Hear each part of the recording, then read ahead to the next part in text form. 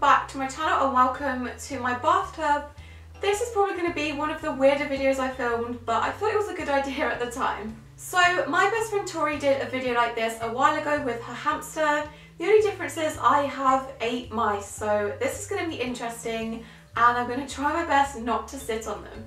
So sitting in a bathtub like this is a really good place to bond with your small animals when you're trying to get them used to you, so rats, mice, hamsters. Sitting in an enclosed space like this, where in theory they shouldn't be able to escape, is a really good thing to do, because if you are worried about them getting loose in a room or something like that, sitting in a bathtub is a really good place to get them used to being really close to you. So I do have the mice next to me. They're making a lot of noise right now. You could probably hear them, but I'm going to set them free in a minute to run around and just climb all over me whilst I answer some of your questions.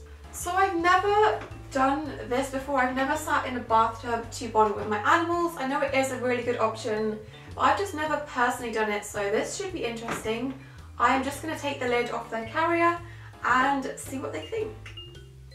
So I'm just going to let them come out on their own terms and I'm going to start answering some of your questions.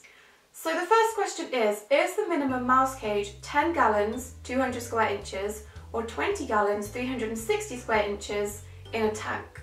So this is something that is highly debated and also something I feel quite passionate about. Personally, I think the minimum cage size for mice is far too small. I think hamsters get given a much larger minimum cage size, and I would love to see the mouse one match that, because you do end up keeping multiple mice in one enclosure compared to just having one hamster, which they are solitary but they do have similar levels of activity. I would say mice are even more active than some hamsters, so I think it would be fair if mice did get an upgrade of how small their enclosure is as a minimum, because I think they definitely deserve to have a higher standard for their care.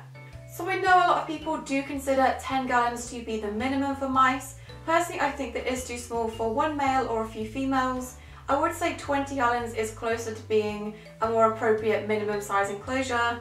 To me that does still seem a bit small. Maybe I'm just used to bigger enclosures, but personally I think 20 gallons is the minimum. Go for 40 gallons if you can. I think that is a much better minimum for a group of females especially. Here she is. So Clove is the first one to join us, which is a shocker because she is definitely my most shy mouse. Hello. What do you think of the bathtub? There's a mouse in my crotch. Is there any other animal a mouse can interact with? No. Actually, I take that back. You can house male mice with African soft-furred rats. This is a good option to not having a single mouse by himself. You can house them with African soft-furred rats. That's not something I have any experience with whatsoever. I'm not sure if I would try that because I don't have that much interest in African soft-furred rats, but there is an option and you can house them with them, and they are 2 different species, so I guess that technically could be an answer to that question. There are so many mice in my crotch right now, I don't even know what to think. Ow! Someone just bit my toe. Why did I think this would be a good idea? Someone's biting my foot. That is not cheese. For first-time mouse owners, is it better to start with 2 females or 3? So I think for a lot of first-time mouse owners, the idea of getting more mice than you need to does seem like a daunting thing, but honestly the answer to this that I would give is 3 mice is definitely better to start with. So the reason I say this is because I do have people contacting me, first-time mouse owners, saying that they had 2 females to begin with and one of them has unexpectedly passed away and they're not too sure what to do with the remaining female, or the idea of having to introduce new mice is really daunting to them. So I definitely recommend starting out with 3 females. The dynamics of a group of 3 is a lot better than a pair anyway, but I do recommend starting out with 3 females just in case one of your mice does unexpectedly pass away, especially at an early age. You're not then going to have to scramble around trying to find new mice to keep that single mouse company, as by now you know that you're not supposed to keep one female mouse by herself, so as a first-time mouse owner I do recommend starting out with 3. This is honestly just my final form at this point, sitting in a bathtub surrounded by mice.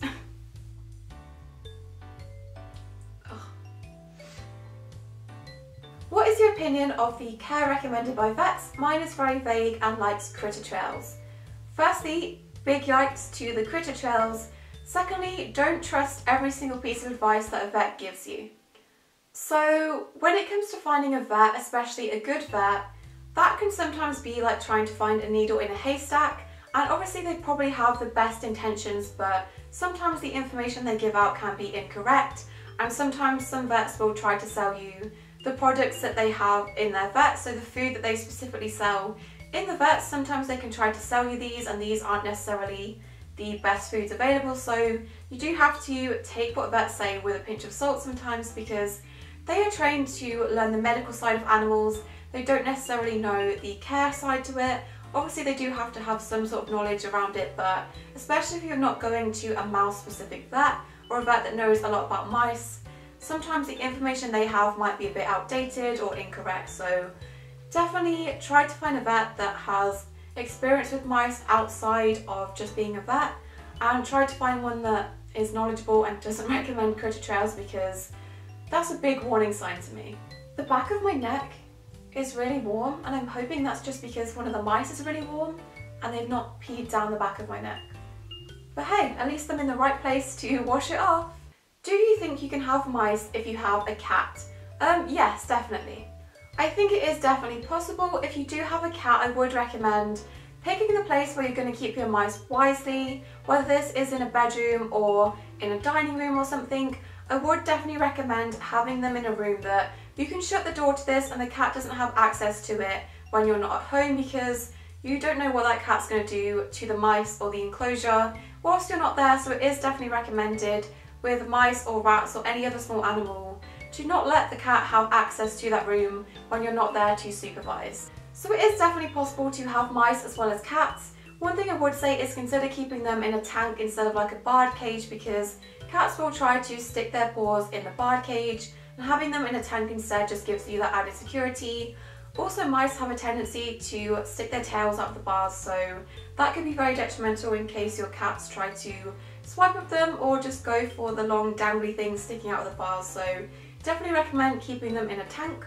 Also make sure you do have a secure lid on that tank that the cat can't slide off or knock off, and also consider possibly getting one that has like a locking system on it instead, just to give you that added security that the cat is not going to have access to the mice. Is the big group of mice still working out? Yes. I know it seems really weird, but honestly the dynamics of having these girls as a bigger group works so much better than when they were just a group of 5 and then also the group of 3. They just get along so well. Obviously they do still have a few arguments over food time, but that is relatively normal. They are like one collective mass of mice. They travel everywhere together, they huddle up and sleep together in like a giant ball of 8 mice, which is really funny to see. And also when they wake up in the morning, they do move as like a little unit of mice, so they're getting along really well. What do you think, Bramble? You like your sisters? Why are we all just sat on this arm? What is it with this arm?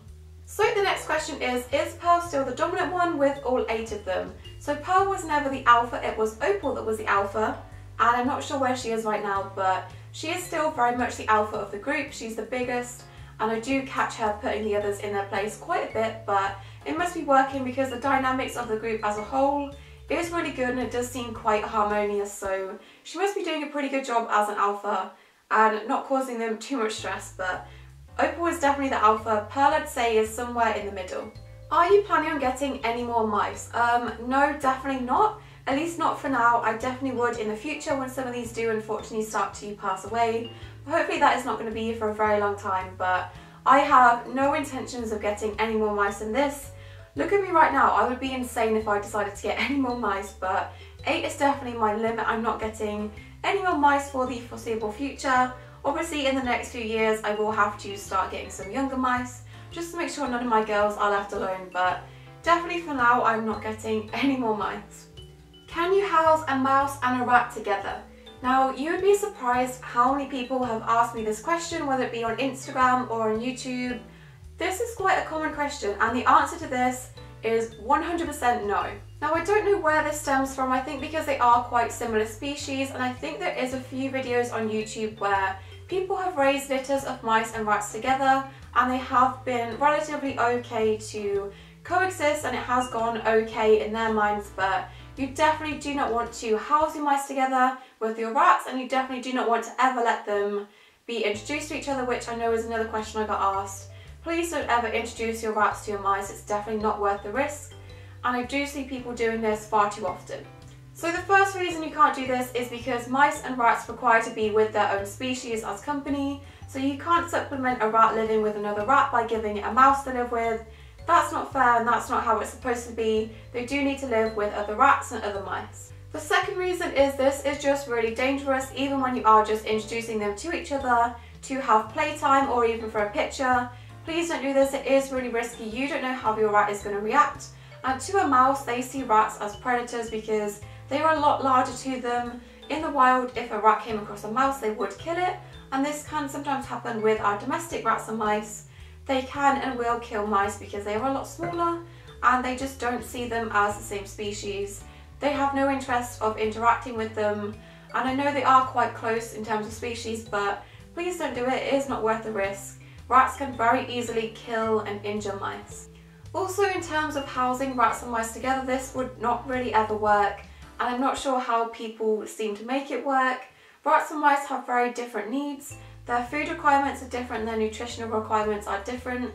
Mice need a lot more protein than rats, so in terms of feeding them and providing them with a balanced diet, someone is biting my foot again, I don't know how that would ever be possible. You'd have to feed them separately. They also need very different cage requirements.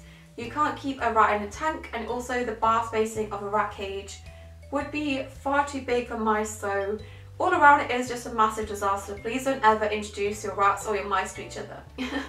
How on earth did you get that hat to stay on Opal? So if you've not seen, I've been uploading Halloween pictures on my Instagram, and I uploaded this one of Opal wearing a witch hat, and honestly all I did was get her to sit still, so I gave her a treat and she was eating that, and then when she was preoccupied I just balanced the hat on top of her head.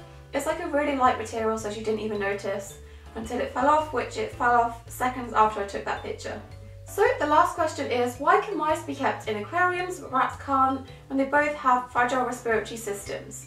So honestly, this was something I wondered when I started to get into rats and mice, and I think that is definitely something that influenced me because I was so used to keeping rats that I kept my first mouse in a cage instead of a tank.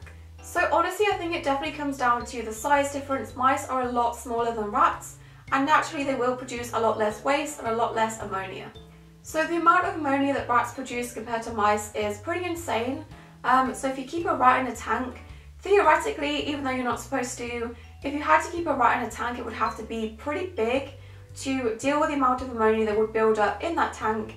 You'd probably have to have a tank that is literally the size of like my pet room. Whereas mice, they are a lot smaller, they do produce a lot less ammonia, so it is okay to keep them in a tank. But I definitely reckon if you kept mice in a 10-gallon tank and you didn't clean this out as frequently as you were supposed to, the ammonia can definitely build up in that smaller space. There's less ventilation because the tank is smaller, and this would probably lead to respiratory problems, so there is definitely a fine line between keeping them in a tank and making sure they have enough ventilation. The Detolf I have is pretty big, and it does have ventilation all along the top, so even rats, you couldn't keep them in there because it is too small, they can't climb, but also they would just not have enough ventilation compared to the amount of ammonia they produced, if that makes sense. I think that's the reason. So yeah, that is the end of my questions. Hopefully you guys enjoyed this weird video from my bathtub. Thank you to everyone that sent questions in. Hopefully next time I can do something like this again and answer the rest of your questions. But until then, make sure you are subscribed to see any more animal content from me, and I'll see you in my next video. Bye! Say bye, girls!